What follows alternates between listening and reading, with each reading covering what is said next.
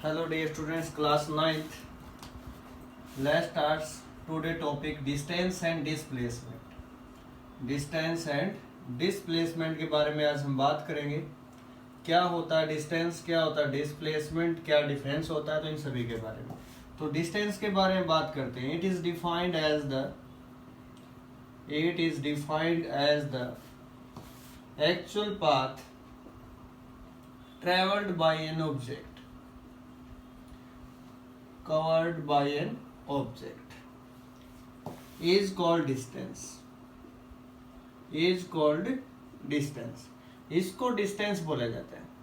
ठीक है. एक्चुअल जो पाथ होगा जहां से कोई ऑब्जेक्ट जा रहा है, एक्चुअल डिस्टेंस, उसको हम डिस्टेंस बोलेंगे. डिस्टेंस क्या होती है? एक स्केलर क्वांटिटी है. It is a scalar quantity. Unit क्या होती है? इसको जो मेजर किया जाता है, it is measured in metre, या its SI unit is metre. SI unit जो होगी इसकी क्या होगी? Is metre. डिस्टेंस जो होती है, डिस्टेंस कभी नेगेटिव नहीं हो सकती. And it can not decreases. ये डिक्रीज भी नहीं होगी. ठीक है.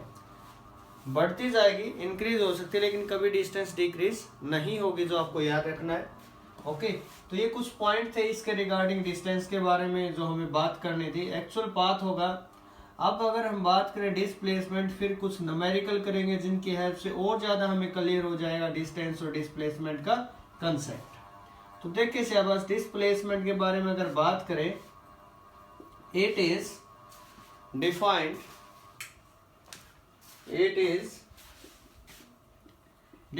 as the shortest path between two positions.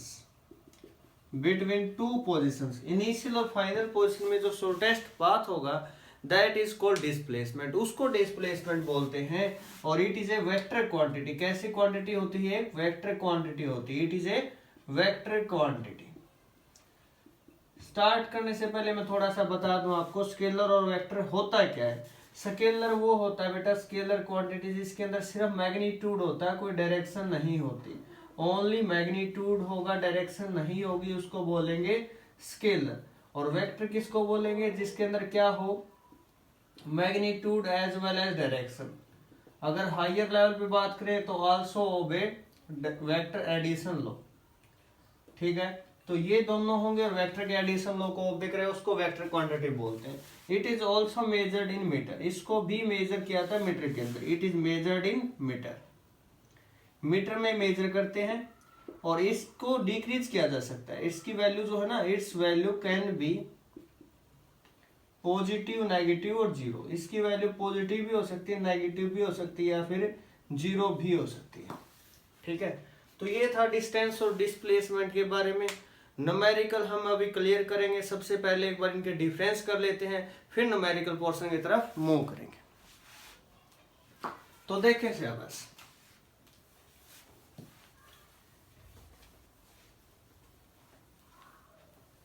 Okay. Distance और डिस्प्लेसमेंट आपने बहुत बार पढ़ा होगा. आप भी इनके बहुत से डिफरेंस बता सकते हैं. Distance that is displacement. Number 1, actual path between two objects. Between two points बोल सकते हो, बिटवीन टू ऑब्जेक्ट्स बोल सकते हो. It is the shortest path between two positions या टू ऑब्जेक्ट्स. ठीक है. Number 2, it's value can never be negative.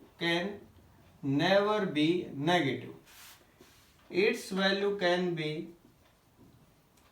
positive, negative और zero. Number 3, it is path dependent. Path पे डिपेंड करता है, किस पाथ पे हम गए हैं. It is path independent.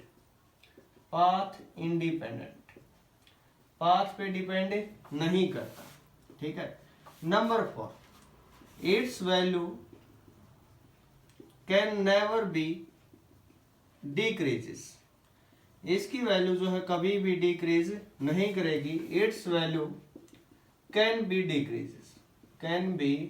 Decreases. Next, distance can never be less than displacement. Distance जो है वो डिस्प्लेसमेंट से कभी भी कम नहीं होगी, इक्वल हो सकती है या फिर ज्यादा होगी, इक्वल होगी या फिर ज्यादा होगी। डिस्प्लेसमेंट डिस्टेंस से कभी ज्यादा नहीं होगा, कम होगा, ठीक है ना। Displacement can never be greater than distance. तो डिस्टेंस से कभी भी ज्यादा नहीं होगा, इक्वल हो सकते हैं। इक्वल कब होंगे? If the objects are moving in the same straight path without turning back. जब तक पीछे नहीं आएगा, सेम पाथ में चलेगा, तो डिस्टेंस और डिस्प्लेसमेंट क्या रहेंगे? सेम रहेंगे। आइए कुछ न्यूमेरिकल्स करते हैं डिस्कस, जिससे आपको और अच्छे से क्लियर हो जाएगा बिना किसी प्रॉब्लम के। क्वेश्चन नंबर 1 से स्टार्टिंग करते हैं, जिससे आपको बिल्कुल ये अच्छे से क्लियर हो जाएगा कि एक्चुअल में है क्या। यहाँ ये ऑब्जेक्ट है, ये कोई पॉइंट है A B C, ये है 5 मीटर डिस्टेंस, ये है 3 मीटर, ये है 2 मीटर, ठीक है। मैंने यहाँ लिख दिया डिस्टेंस, यहाँ लिख दिया डिस्प्लेसमेंट, और ये हो गया बेटा पाथ। O से स्टार्ट कर दिया, ठीक है। मैंने लिख दिया पाथ OABC, फिर मैंने लिखा OABCB, फिर मैंने लिखा OABCBA, फिर मैंने लिखा OABCBAO। तो देखें शाबाश, अगर स्टार्टिंग में इसमें बात करें OABC, O से A से B, B से C, डिस्टेंस क्या हुई? 5 और 3 8 और 2 10। डिस्प्लेसमेंट भी सेम, इससे शॉर्ट तो हो ही नहीं सकता, सेम है स्ट्रेट पाथ में। OABCB, OABCB इस पॉइंट पर आ गए, 5 3 8 2 10 और 2 और कितने हो गए? 12 12। डिस्टेंस तो बढ़ रही, कम तो नहीं हुई, लेकिन डिस्प्लेसमेंट क्या हो गया? इनिशियल पॉइंट, स्टार्टिंग पॉइंट और फाइनल पॉइंट कितना है? 5 और 3 8, तो डिस्प्लेसमेंट कम हो गया बेटा 8। OABCDB A पे आ जाएंगे तब 5 + 3 + 2 + 2 + 3 कितना हो गया? 10 + 5 15, और डिस्प्लेसमेंट सिर्फ 5। अगर कंप्लीट पे बात करें तो 5 3 8 और 2 10, तो 20 हो जाएगा, ये क्या हो जाएगा? 0। तो इसके अंदर हमने क्या देखा? जो डिस्प्लेसमेंट था बार बार कम हो रहा है, और डिस्टेंस जो है वो क्या है? बढ़ रही है, कभी भी कम नहीं हुई। नंबर 2, डिस्टेंस और डिस्प्लेसमेंट एक केस में इक्वल भी है। किस केस में? जब ऑब्जेक्ट मूव करे स्ट्रेट पाथ में, तो उस केस में दोनों क्या है? इक्वल भी है, ठीक है। तो इसके बारे में जाना। अब एक और क्वेश्चन से हम बात करेंगे। फॉर एग्जाम्पल, सर्कल के अंदर कोई ऑब्जेक्ट मूव कर रहा है जिसकी रेडियस है 1 मीटर, और वो बिल्कुल डायमेट्रिकली अपोजिट एंड पे चला जाता है A से B, इस रास्ते। We have to calculate distance and displacement. Distance क्या होगी और डिस्प्लेसमेंट क्या होगा? आइए देखते हैं शाबाश। तो डिस्टेंस क्या हुई? 1 मीटर। अब यहाँ आएगा डिस्टेंस, कंप्लीट 2 पाई r होती है, तो उसका हाफ है बेटा। देखे तो ये 1/4 पोर्शन है, 1/4 ये, 1/4 ये, 1/4 ये, 4 हिस्सों में डिवाइड हो रखे। और कितना है? हाफ पोर्शन है किसका? 2 पाई r का। r कितना? 1 मीटर, तो 2 पाई बाई में 2 कितना आ गया बेटा? पाई। पाई की वैल्यू 3.14 मीटर। डिस्प्लेसमेंट 1 और 1 कितना हुआ? 2। डिस्प्लेसमेंट हो गया 2 मीटर, और डिस्टेंस कितनी हो गई? 3.14 मीटर, ठीक है। और क्वेश्चन करते हैं जिससे बिल्कुल आपको क्लियर हो जाए। तो देखिए शाबाश, यहाँ पर 1 2 क्वेश्चन और हम डिस्कस करते हैं। A B C D A। तो कोई ऑब्जेक्ट A से B पे गया बेटा, B से दोबारा A पर गया, और फिर C पर गया। ये है 3 मीटर, ये है 4 मीटर, एग्जाम्पल के तौर पे ले लिया, ये 4 ले लो, ये 3। क्या हुआ? मैं पाथ लिख रहा हूं ABAC। क्या आप यहाँ डिस्टेंस और डिस्प्लेसमेंट बता सकते हैं?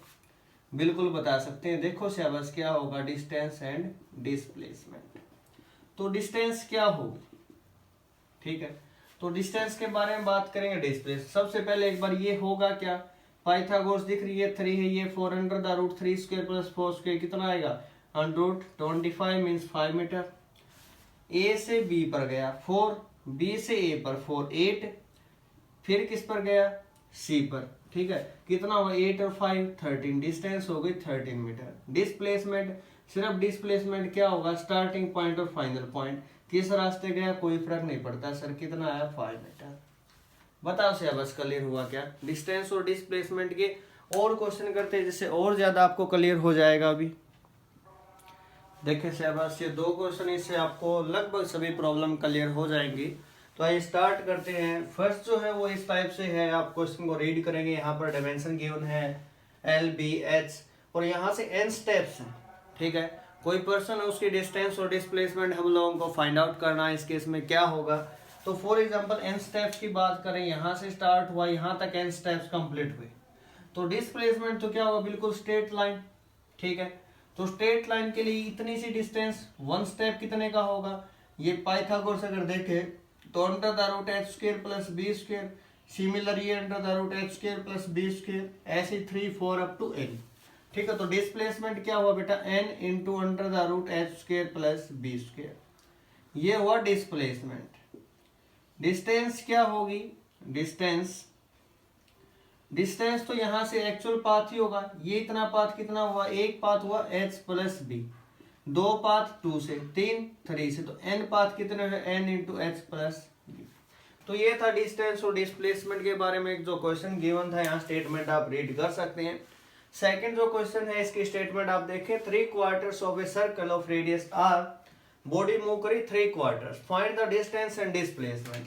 फॉर एग्जांपल यहाँ एक सर्कल हमने ऐसे लिया रेडियस r, यहाँ पर 3/4 का मीन्स है यहाँ पहुंच गए, यहाँ से ऐसे करते करते इस पॉइंट तक, तो यहाँ से इस पॉइंट तक डिस्प्लेसमेंट तो डायरेक्ट निकलेगा, ठीक है उसमें तो कोई ऐसा नहीं है, तो डिस्प्लेसमेंट क्या होगा r प्लस ये भी r है, रेडियस सेम रहेगी, तो डिस्प्लेसमेंट ए बी मैं इसको लिख रहा हूँ ए बी, तो डिस्प्लेसमेंट क्या होगा under the root r square plus r square means under the root, अगर बात करें r रूट 2 मीटर, ये हुआ डिस्प्लेसमेंट। डिस्टेंस की बात करें तो डिस्टेंस कंप्लीट कितनी होती है 2πr, कितना कंप्लीट कर लिया 3/4, अगर पूरा ही कंप्लीट कर लेता तो 4/4 होता है, अगर आधा कंप्लीट करता है तो 1/2 होता है, अगर उसका भी हाफ करता है तो 1/4 इंटू 2πr लिखा जाता है। तो 3/4 बोला गया यहाँ से 3/4 बोला गया तो मीन्स 3/4, तो कितना हुआ 2 से यहाँ 2 से कैंसिल, तो 3/2π इंटू r इतना मीटर, अगर आर की तो वैल्यू भी आप पुट कर सकते हैं। तो इस टाइप के कोई भी न्यूमेरिकल है तो आप बिल्कुल इजीली उनको टैकल कर पाएंगे। तो नेक्स्ट वीडियो में मिलते हैं, thank you all of you.